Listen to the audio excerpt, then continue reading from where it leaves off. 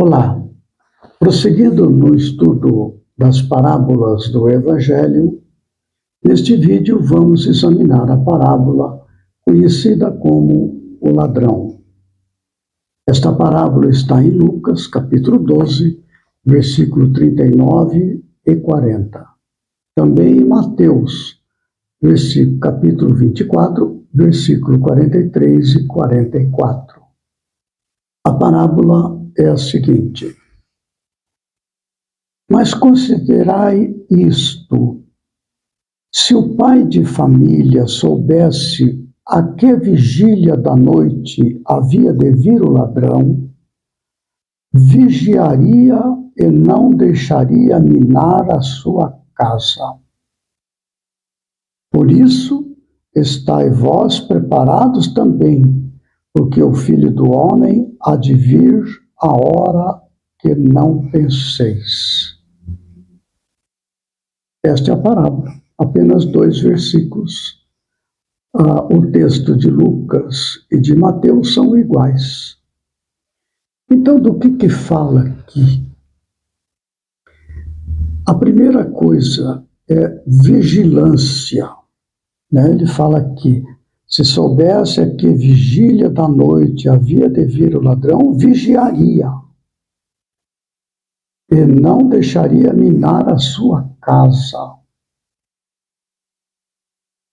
Quem é o ladrão? É aquele que nos rouba a paz, nos coloca no caminho largo da perdição, nos arrastamentos dos vícios, das tendências, dos instintos, do egoísmo, do orgulho e da vaidade. Aí está o ladrão. É aquele que nos tira do caminho que leva ao reino dos céus. Mas diz ali: vigiaria e não deixaria minar a sua casa. Que casa é esta? A casa mental. É a vigilância sobre a mente, que é onde ocorrem os pensamentos, que está sob a influência do ego, da memória ancestral, dos arrastamentos, dos desejos. É na mente que se formam os pensamentos e que se faz as escolhas dos caminhos que devemos trilhar. Então, não deixaria minar a sua casa. É prestar atenção em nós próprios. É vigiar. Agora, tem uma outra questão aqui que fala assim: por isso estai vós preparados também, porque o Filho do Homem há de vir a hora em que não penseis. Então, este vigiai, ele está se referindo, porque ele não sabe a que vigília da noite havia de vir o ladrão. Aí que está. O Filho do Homem há de vir a hora em que não penseis. Aqui, no meu entender, está se tratando do momento em que a humanidade será selecionada entre joio e trigo. Essa me parece a questão central desta parábola. Vigiar os nossos caminhos, para que não sejamos pegos de surpresa quando concluir o tempo deste ciclo evolutivo de expiações e provas. É quando haverá a seleção do joio e do trigo. Se nós não estivermos atentos a nós próprios e nos deixamos levar, estabelecendo como hábito a prática do egoísmo, do orgulho, da vaidade, da indiferença, todos esses sentimentos de injustiça, de maldade, que nos arrastam, nós poderemos ser identificados como joio.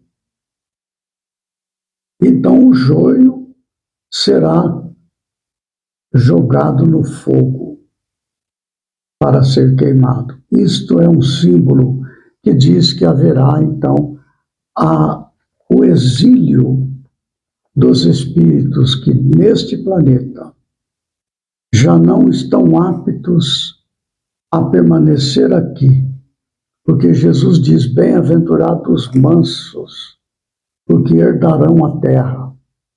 Então, todos aqueles de nós, egoístas, orgulhosos, injustos, praticando a iniquidade, como diz Jesus, nós não poderemos ficar aqui na terra.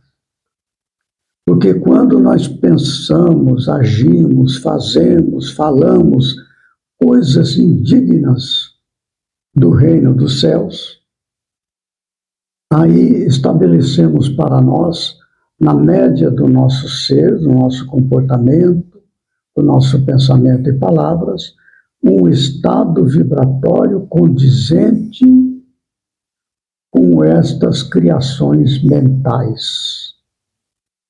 Julgar o próximo, né? Ser indiferente com o sofrimento do próximo, o não praticar da caridade, benevolência, indulgência, perdão. Não praticamos isto. Então, o nosso estado vibratório, a frequência vibratória das emanações do nosso ser, pelas criações da mente, das escolhas que fazemos. Isso nos inabilitará a permanecermos na Terra. Só ficará aqui o trigo, aqueles que permanecem em elevado estado de frequência vibratória. Como diz Jesus na outra parábola, vestido com as vestes nupciais, as vestes brancas. O branco significa alta frequência. Quem não estiver nesta categoria não permanecerá. Então, eu vou ler de novo a parábola para nós examinarmos. Mas considerai isto: se o pai de família soubesse a que vigília da noite havia de vir o ladrão, vigiaria e não deixaria minar a sua casa. Por isso, estai vós preparados também. Ele estava falando com os discípulos. Porque o Filho do Homem há de vir a hora em que não penseis. É interessante porque ele fala da vigília. A vigília é aquela troca dos guardas da cidade, né? Lá em Jerusalém, eles tinham 4 vigílias, das 6 da tarde às 9 da noite, das 9 à meia-noite, da meia-noite às 3 e das 3 às 6. Então eram 4 vigílias. Então ele diz ali: se o pai de família soubesse a que vigília da noite havia de vir o ladrão, vigiaria. Então ele está dizendo assim: estejai vós preparados também para saber a hora que vem o Filho do Homem. Jesus deu sinais para este momento, não exatamente a hora, mas ele dá indícios que devemos observar. Nós vamos encontrar isto no contexto que leva a parábola. Isto está, eu vou ler Mateus, porque o contexto de Lucas é um pouco diferente. Então eu vou ler Mateus, que está no capítulo 24, do versículos de 27 a 42. Ele é um pouco longo, mas ele é muito interessante, porque mostra os sinais. Por que sinais? Jesus fala esta parábola do capítulo 24, nós já tratamos disso em outro vídeo, porque os discípulos perguntaram a Jesus quando haveriam de ocorrer estas coisas. Ele se referia ao templo. Jesus disse que não sobrará pedra sobre pedra, tal, referindo-se ao templo. E eles recorrem a Jesus e perguntam. Então eles perguntam: Diz-nos quando serão essas coisas, que sinal haverá da tua vinda e do fim do mundo. Então eram essas três perguntas que eles tinham feito a Jesus. Então Jesus dita o capítulo 24 e prossegue no 25, é o sermão profético. Mas aqui nós estamos tratando da vigilância, que é a parábola. Olha só. Porque assim como o relâmpago sai do Oriente e se mostra até o Ocidente, assim será também a vinda do Filho do Homem. Porque onde quer que estiver o cadáver, ali se juntarão as águias. E logo depois da aflição daqueles dias, o sol escurecerá e a lua não dará sua luz, e as estrelas cairão do céu, e as potências do céu serão abaladas. Então aparecerá no céu o sinal do Filho do Homem, e todas as tribos da terra se lamentarão e verão o Filho do Homem vindo sobre as nuvens do céu com poder e grande glória.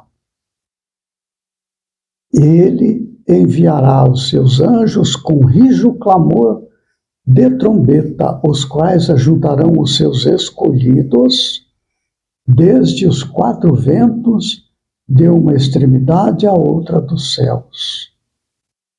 Aprendei, pois, esta parábola da figueira. Quando já os seus ramos se tornam tenros e brotam folhas, sabeis que está próximo o verão. Igualmente, quando virdes todas estas coisas, sabei que ele está próximo às portas. Em verdade vos digo que não passará esta geração sem que todas estas coisas aconteçam. O céu e a terra passarão, mas as minhas palavras não hão de passar. Mas daquele dia e hora ninguém sabe, nem os anjos do céu, mas unicamente meu Pai. E como foi nos dias de Noé, assim será também a vinda do Filho do Homem. Porquanto, assim como nos dias anteriores ao dilúvio, comiam, bebiam, casavam e davam-se em casamento, até ao dia em que Noé entrou na arca. E não o perceberam, até que veio o dilúvio e os levou a todos. Assim será também a vinda do Filho do Homem. Então, estando dois no campo, será levado um e deixado o outro. Estando duas moendo no moinho, será levado uma e deixado outra. Vigiai, pois porque não sabeis a que hora há de vir o vosso Senhor. Daí a parábola. Considerai isto, se o pai de família soubesse, etc. Então, veja que este contexto, Jesus dá os sinais, como perguntaram os apóstolos. Quando serão estas coisas e que sinal haverá da tua vinda e do fim do mundo? Então, o fim do mundo é o fim desse ciclo evolutivo de expiações e provas. Aqueles que aqui na Terra, que habitam o nosso planeta, todo o planeta, encarnados e desencarnados, porque ele fala ali que virá dos quatro ventos e da terra ao céu, não é? É assim é que acontecerá. Abrange todas as esferas do plano espiritual e todos os povos da terra, encarnados, todos eles, e desencarnados. Passaremos por esta seleção do joio e do trigo. Esta é a questão. Está falando aqui que Jesus presidirá o encerramento deste ciclo evolutivo. Há várias passagens em que esse assunto é tratado. Eu vou trazer um comentário de Allan Kardec no livro A Gênese, quando ele fala da segunda vinda de Jesus. Não é? É no capítulo 17, Predições do Evangelho. Ele fala assim, em uma certa altura deste estudo, no capítulo, no item 46 deste estudo da segunda vinda de Jesus. Fala assim: é nessa lei que se pode encontrar a explicação racional das palavras acima, admitindo-as como textuais. Ele se refere à reencarnação. É na lei, ele chama de a grande e importante lei da reencarnação. Considerar esse ensino de Jesus levando em conta a reencarnação, como sabemos, né? Porque lá no contexto, ele fala de esta geração. Em verdade vos digo que não passará esta geração. Não é a geração dos discípulos naquela encarnação, mas é a geração adâmica, da qual já nos referimos antes, que vem desde Adão e Eva até os dias de hoje, onde contém os habitantes primitivos da Terra e os exilados do planeta, lá do sistema de Capela. Esta geração, a geração adâmica, não é? Então, voltando aqui a Allan Kardec, na agenda, ele fala assim: é nessa lei que se pode encontrar a explicação racional das palavras acima, admitindo-as como textuais, já que elas não podem se aplicar à pessoa dos apóstolos. É evidente que se reportam ao reino futuro de Cristo. Se reportam ao reino futuro de Cristo. Ou seja, no tempo em que a sua doutrina, melhor compreendida, será a lei universal, dizendo-lhe que alguns dos que estão presentes verão seu advento. Isso não podia ser entendido senão no sentido de que renasceriam nessa época. Mas os judeus figuraram que eles iriam ver tudo o que Jesus anunciava e tomaram suas alegorias ao pé da letra. Interessante, né? Há uma passagem, e eu quero trazer aqui, porque certamente permanecerão na terra aqueles que seguem os ensinamentos do Evangelho. Isso é muito claro aqui, nós já comentamos. Então, mas a questão da vinda do Filho do Homem, o Filho do Homem é Jesus, viria com a aparência dele, na sua glória, como aconteceu no Monte Tabor, ele se transfigura, fica luminoso, em cor tão forte como branco, onde ele recebe ali a visita de Moisés e Elias. Ali está o Filho do Homem na sua glória, não é? Nós vamos encontrar no livro Caminho da Luz uma passagem que nos remete a uma reflexão a respeito da vinda de Jesus e que todos poderão vê-lo e tal. Embora o comentário de Kardec seja preciso e exato, separação do joio e do trigo. O trigo, aqueles que convivem de acordo com as leis de Deus. Muito bem, então está no livro A Caminho da Luz, de Emmanuel. Então está lá assim: espíritos exilados na terra. Foi assim que Jesus recebeu à luz do seu reino de amor e de justiça aquela turba de seres sofredores e infelizes, os que estavam sendo exilados lá daquele planeta que deixou de ser planeta de expiação e provas e passou a ser de regeneração. Os que não puderam ficar foram exilados. Muitos vieram para cá, para a Terra.